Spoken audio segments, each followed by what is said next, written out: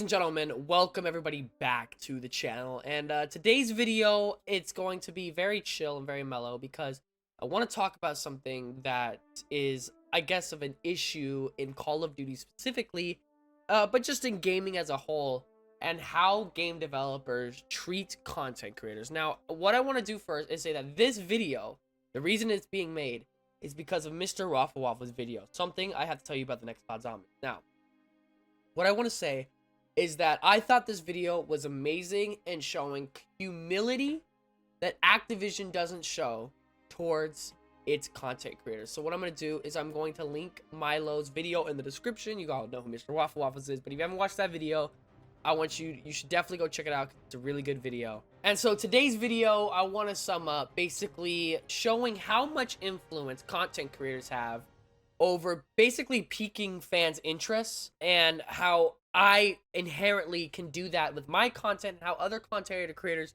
put so much work into Activision or Treyarch or whatever company's product, and that they don't get that same love back. I think it is very possible that a lot of YouTubers are very critical about Call of Duty, especially recently, whether it's to do with gameplay, the storyline, the marketing, etc. And there's a very big difference between hating, just sort out complete hatred and just shitting on a game, versus, you know, good constructive criticism, having problems with how the game is being made or the product without actually shooting shots towards the developers or any people in particular. YouTubers will just inherently shit on the game or the people behind that. And I feel like if Activision showed more respect and care to the people that don't really do that, then it would make more fans, especially in zombies, show a lot more overall respect and support for the brand that Call of Duty is. Because let's face it, a lot of consumers have lost faith with Activision's ability to sell Call of Duty and make it be a complete game. And I want to give this specifically going into Modern Warfare 3. The only time that I ever see Activision really show a lot of love to the creators that, you know, make their game what it is when they send out stuff that reveals. They send out those packages to Noah and Dalek for the Cold War reveal. They sent out these phone things to those Warzone streamers for this reveal. But what I feel is the issue is that Activision only selects a small portion of YouTubers that don't necessarily kiss their ass, but never really show direct criticism towards their games when it matters. I think a really good example of this is actually MrRoffelwaffles himself. He used to be a COD partner, and he would, you know, get sent out to Treyarch a lot, and he talked to Blundell in Black Ops 3, got sent out for the Black Ops 4 event and Chronicles. But ever since the Black Ops 4 event, when Black Ops 4 released, there was a side of Zombies YouTube that didn't like the game and shared their opinions out to the world without, you know, being completely hatred towards it. And then there was another side of the community that basically didn't say anything that they didn't like about the game and just played it, and that's fine. If they didn't or loved the game, then that's them. And then there's a third side of the community that just completely shit on the game.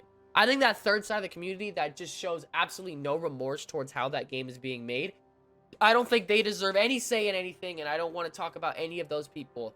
Basically kind of like a Kavos of Call of Duty, which I think are just terrible people. But there is constructive criticism group on YouTube that has shown a lot of constructive criticism towards Call of Duty, and this would be an example of MrRoffelwaffles, MrTLexify. And these YouTubers have shown a lot of criticism throughout the years, whether it's based off of Activision's anti-consumer practices or just how the game plays overall as a whole.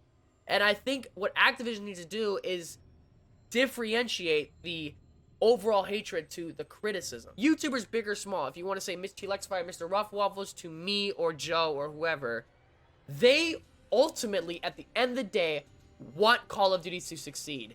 They love the game, they have so much passion for it, their brand is built on it, and they make more and they enjoy life more when the game is successful. So what they're doing is they're showing this constructive criticism, and then Activision is punishing them by cutting all communications off with them, by not letting them be a COD partner, by basically showing anti-support towards the people that support your games more. Activision doesn't realize the amount that content creators do to get people to buy their games. You know how many people buy Call of Duty because MrRoffelwaffles made a storyline guide? because MrTLexify videos were absolutely great, because Noah J streams on it, because TheSmithPlays top 5s and that brought in a bunch of new people, because CodenamePizza plays IW every single day. No, they don't realize how much that actually implicates and puts into the game, and it grows the overall fan base on the game itself, on YouTube, on whatever, and it makes Activision's wallet fatter than ever because they are allowing these creators to show off their product to their wide span audience. What Activision does is they say anytime these people have given thousands of hours to creating and going on your game and showing you a bunch of support, they say no, because you critiqued us in these couple of incidents, you are not allowed to be a COD partner. I feel like I'm going on to a tangent and letting my mind free roam on this, so I just want to get down to the base of this topic, which is me saying that Activision needs to show more love to the content creators that aren't yes men. And what they need to do is allow those content creators to give constructive criticism without overall shitting on their game and without having the worry of not being able to be a part of future things in the future. Because there are content creators that have issues with some certain games and will not say those issues. The reason they won't say those issues is because they are worried that they will be dropped by Activision. So instead, they go silent. And those issues become more apparent and glaring.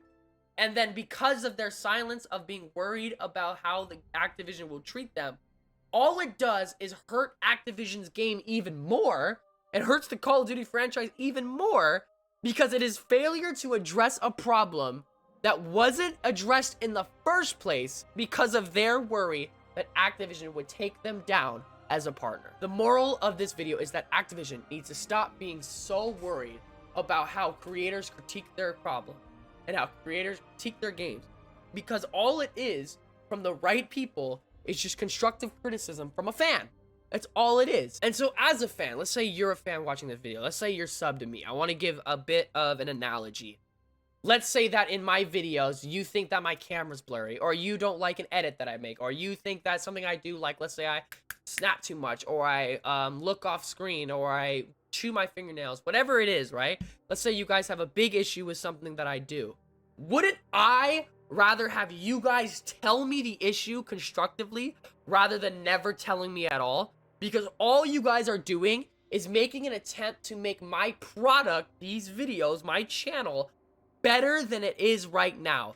And that's all YouTubers are doing.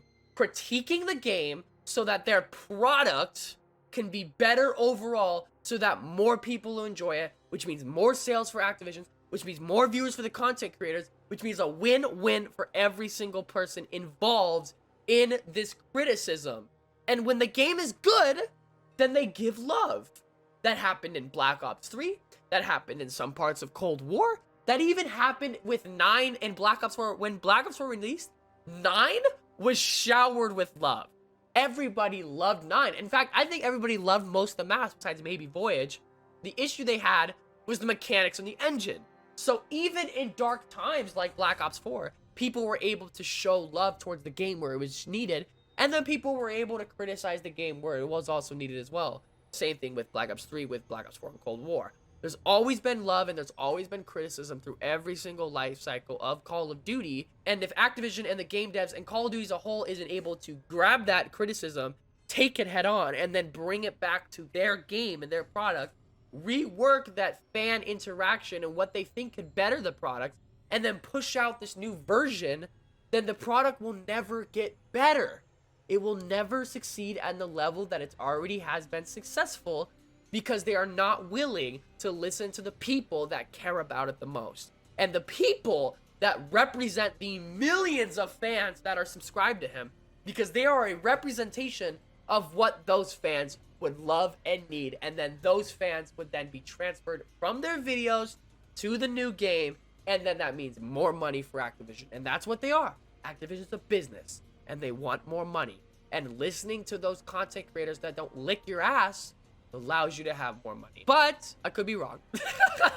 That's just what I think. And I think Activision has a really big issue with listening to their community and only listening to a certain select people that just basically applaud everything that they do, or most of the things that they do, without, you know, pointing out that constructive criticism that I think every single media and every single product deserves, including myself, including game, whatever it could be.